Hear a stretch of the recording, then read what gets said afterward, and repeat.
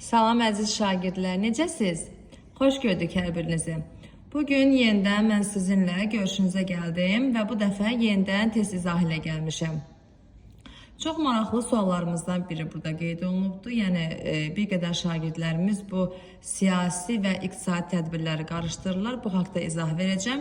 Sualımıza keçdilək. Deməli, uyğunluğu müəyyən edin. Azərbaycan Əməvilərin hakimiyyəti dövründə. Deməli, biz bilirik ki, ərəblərdə yəni bir neçə dövr mövcud olmuşdur ki, Peyğəmbərin dövrü, xəlifələr dövrü, daha sonra Əməvilər və Abbasilər sülaləsinin dövründən söhbət gedir ki, Əməvilər dövrü 661-ci ildən 750-ci ilə qədərki dövrü əhatə etmişdir.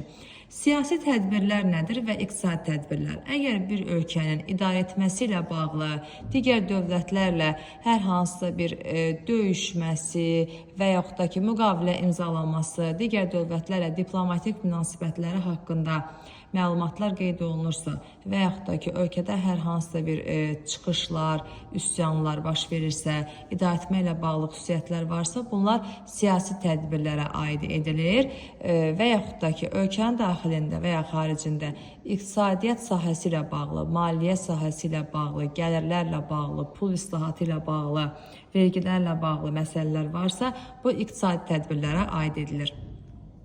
Keçək sualımıza. Deməli, Mehranilərin hakimiyyətinə son qoyulması. Söhbət gedir Albaniyada Mehranilər sülaləsinin hakimiyyətinin sona çatmasından. Bu 705-ci ildə baş verdi. Ərəblər tərəfindən Albaniyanın varlığına 705-ci ildə son qoyulmuşdu və bu proses siyasi tədbir hesab oluna bilər və zaman aralığına baxıram ki, 705-ci il Əməvilərin hakimiyyət dövrünə uyğun gəlir. Bəli, doğrudur. Deməli, bir də A variantını götürəcəm. Daha sonra Xürrəmlər hərəkatının yatırılması. Biz bilirik ki, 778-ci ildə başlayan Xürrəmlər hərəkatı 837-ci ildə yekunlaşmışdı. Bu 837-ci il siyasi tədbir hesab olunsa da belə Əməvilərin hakimiyyət dövrünə uyğun gəlmir. Çünki 837-ci il 750-dən sonra baş vermişdi. Ona görə B-ni götürməyəcəm.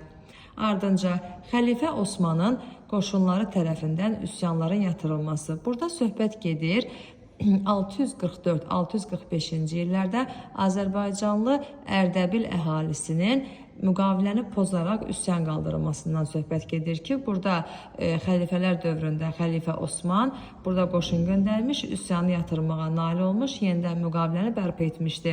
Bu 644-45-ci illərə aid olduğu üçün Əməvilərin hakimiyyət dövrünə uyğun gəlmir. İlk xəlifələr dövrü idi. Bu artıq yanlışdır. Keçirəm iqtisadi tədbirlər sırasına.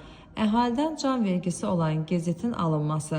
Bəzən şagirdlər bu cümləni görüb birbaşa düzgün qəbul edirlər. Yanlışdır.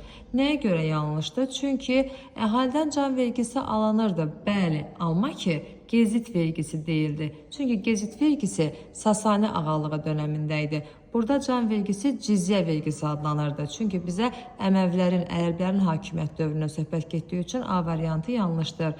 B-yə keçirəm. Əkilməyən torpaqlardan xərac alınmasının dayandırılması. Bəli, belə bir məqam var ki, əkilməyən torpaqlardan xərac alınmasını dayandırdı.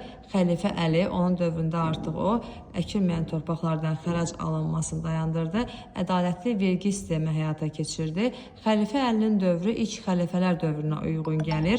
Əməvilərin hakimiyyət dövrünə uyğun deyil. Buna görə də B variantını götürməyəcəm. Ardınca əhalinin siyahıya alınması. Əhali siyahıya alındı 725-ci ildə Əməvilərin hakimiyyəti dövründə. Bu da təbii ki də Əməvilərin hakimiyyət dövrünə uyğun gəlir. Götürəcəm. 1-ə A, 2-yə C variantı. Düzgün cavabımız D variantı olacaq.